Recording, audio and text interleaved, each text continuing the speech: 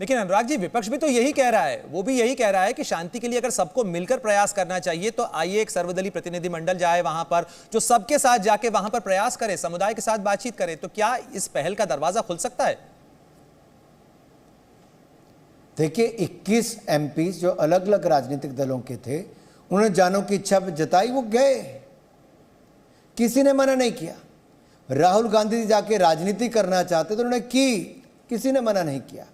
जानबूझ के वहां पर एक ऐसी स्थिति खड़ा की कि उनकी सिक्योरिटी के लिए संकट खड़ा होता, उन्होंने राजनीति करनी थी की।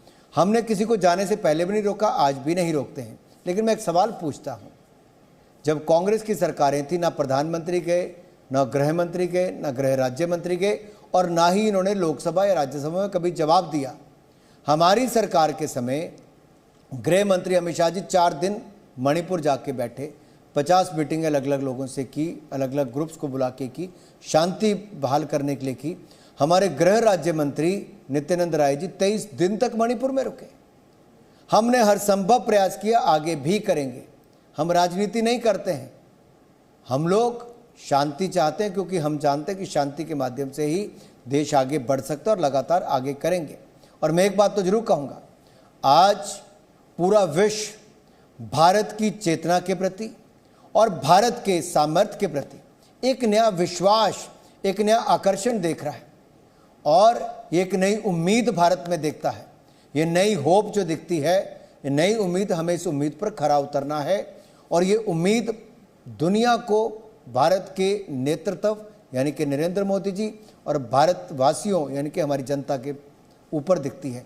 तो आइए इकट्ठे मिलकर भारत को आगे बढ़ाने के लिए हर प्रयास करें। और ये जो डेमोक्रेसी और डाइवर्सिटी, इन तीनों का लाभ भारत को मिल सकता है। आज सबसे युवा जनसंख्या हमारे यहाँ पर है, और सबसे बड़ी स्किल्ड मैन पावर दुनिया की हम दे सकते हैं।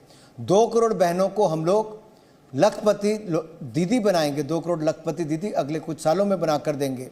और जो भारत जिस तेजी के साथ सबसे बड़ी अर्थव्यवस्था सबसे तेज गति के साथ हमारी इकोनॉमी आगे बढ़ रही है, ये न्यू ग्लोबल ऑर्डर में भारत एक नए स्थान पर होगा।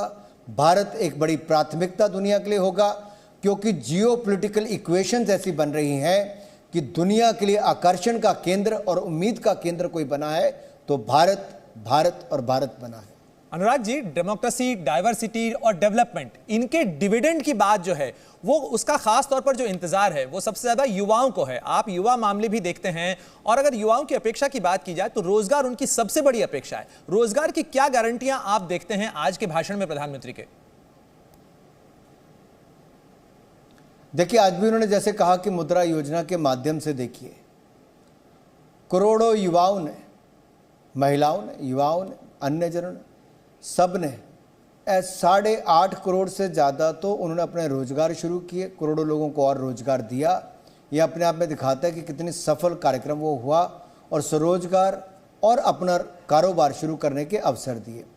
वहीं अन्य स्कीमों के माध्यम से स्टार्टअप इंडिया या बाकी हो, आज दुनिया का तीसरा सबसे बड़ा स्टार्टअप इकोसिस्टम हमारा भारत बन गया। 107 से ज़्यादा यूनिकॉर्न्स बनकर तैयार हो गई।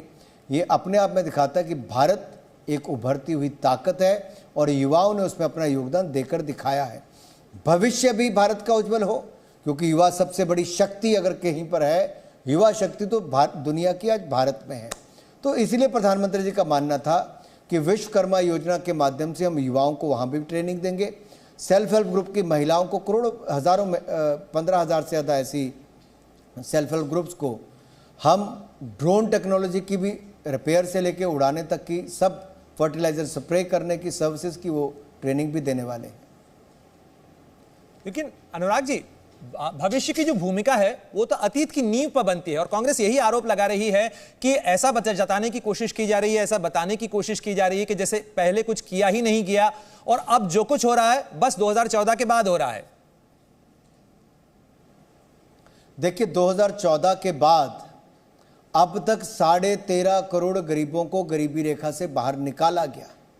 ये तब हुआ जब मोदी जी की सरकार आई।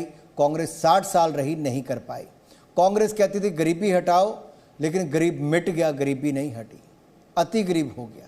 आज दुनिया कहती है, और IMF से लेकर नीति आयोग की रिपोर्ट तक ने कहा है कि आज भारत में केवल 1% से कम लोग अति गरीबी रेखा की सूची में हैं, वो भी निकल जाएंगे। 13.5 करोड़ गरीब गरीबी रेखा से बाहर निकल कर आए। 4 करोड़ पक्के मकान बना कर दिए जी, 12 करोड़ शौचालय दिए, 14 करोड़ के लगभग रसोई गैस के सिलेंडर दिए, 13 करोड़ घरों को नल से जल दे दिया, हर घर को बिजली दे दी।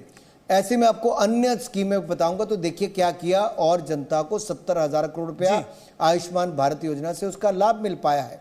और यही नहीं, ऐसा अब जो हमारी जन औषधि केंद्र हैं वो भी 10,000 से बढ़ के 25,000 हो जाएंगे, जिन औषधि जो केवल 20% दाम पर मिलती हैं, यानी कि जनता का हजारों करोड़ रुपए बचाने का काम मोदी सरकार ने किया जी। तो सारे कदम उसी दिशा में हैं। बिल्कुल, सबकी अपेक्षा निश्चित रूप से यही होगी। अनुराग ठाकुर जी, हमसे बातचीत करने के लिए बहुत सा आपको शुक्रिया, और एक बार फिर आपको स्वाधीनता दिवस की ढेर सारी शुभकामनाएं। जी न्यूज़।